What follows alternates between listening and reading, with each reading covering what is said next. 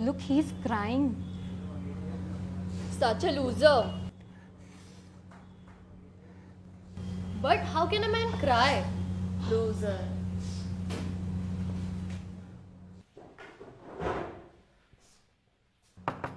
Excuse me? I'm a loser, right? Why? मैं रो रहा हूं तो मैं मर्द नहीं, और मर्द रो नहीं सकते, क्योंकि सदियों पहले अमिताभ बच्चन ने एक छोटी सी लाइन बोल दी थी कि मर्द को दर्द नहीं होता।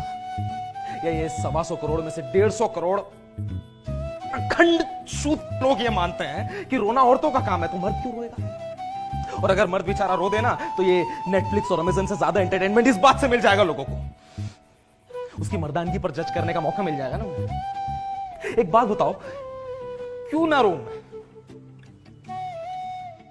3 साल का रिलेशन था मेरा और उसका, और कसम से इतना कुछ दिया है ना मैंने उसे इस रिश्ते में, मेरा टाइम, मेरे इमोशन, मेरी फीलिंग, मेरा एफबी इंस्टा का पासवर्ड तक दिया मैंने उसे।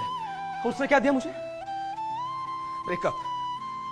अरे घर का पालतू कुत्ता तक जाता है ना तो आंखों में आंसू आ जाते हैं, तो वो तो मेरी अपनी थी, मुझे रोना कैसे नहीं आएगा?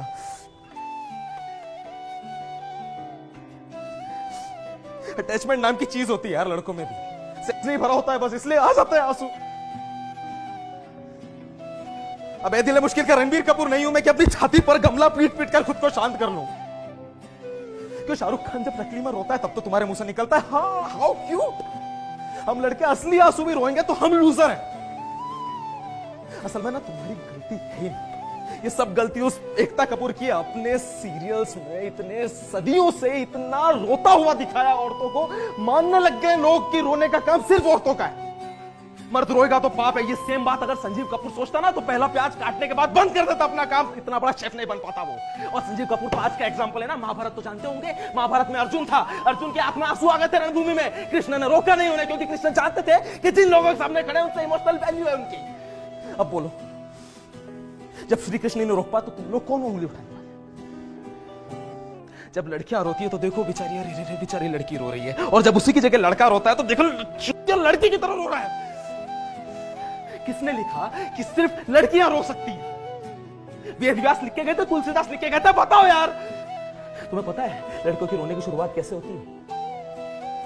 जब पहली बार लड़का लड़की को प्रपोज करता है ना तो उसकी आंखों में खुशी के आंसू होते हैं, लेकिन लड़की के आने के बाद बस दुख, frustration, irritation, you shut up इन्हीं के आंसू निकलते हैं। और भादे हुए आंसू 3 प्रकार के होते हैं, basal tears, reflect tears, emotional tears. और लड़की एकमात्र ऐसा जीव जो तीनों टीयर्स एक बार में निकाल देती है। अच्छी खासी नॉर्मल लाइफ को नॉर्मल बना के चली जाती है लड़की, और आपको पता भी नहीं चलता। उसका ईगो, उसकी इच्छाएं पूरा करना आपका एकमात्र लक्ष्य बन जाता है, और उस लक्ष्य को पूरा करते करते आपको आपके दोस्त, आपको आपका परिवार, सारा संसार चूत जान पड़ता है, क्योंकि आपके पर्दों पर ना सिर्फ और सिर्फ लड़की की पिक्चर चलती है। लड़की आपकी लाइफ में हो वो आपकी पर्सनल प्रॉब्लम है, लेकिन लड़की आपकी लाइफ में ना हो ना ये सोसाइटी की प्रॉब्लम है। लड़की आपकी लाइफ में ना हो तो नल्ला है, लड़की हो स्त्री किया तो नल्ला है। इसके लिए शादी की बात नहीं करी, नल्ला है ये तो। शादी की बात कर ली, बाप को न जाने किस बात की तकलीफ हुई, नल्ला ही है। बैंक में इन चूत को प्रूव करने के लिए आए हो क्या इस दुनिया में? क्यों ना रो? जब आदमी पैदा हुआ तो रोते हुए आता है, उसके बाद जब बड़ा होता है तो मां की गोद में जाने के लिए रोता है, फिर चॉकलेट के लिए रोता है, खिलौनों के लिए रोता है, स्कूल में टीचर की डांट पीटती है तो रोता है, बाप की मार से रोता है, कॉलेज में लड़कियों के लिए रोता है, बॉडी बनाने के लिए रोता है। लड़की मिल गई तो जिंदगी भर रोएगा। शादी के पहले रोएगा, शादी के बाद रोएगा, बच्चा पैदा होने के बाद रोएगा, बुढ़ापे में रोएगा, बीमारी से रोएगा, मरने के पहले भी रोएगा, मरने के बाद दूसरों को रोता हुआ छोड़ता जाएगा। जब पूरा रोना रोने का ही है तो क्यों ना रो? मैं क्या गलती करी यार मैंने रो के? बस रोऊंगा, मैं पूरा रोऊंगा, दिल खोल के रोऊंगा यार, धुआंधार रोऊंगा, बस रोऊंगा मैं।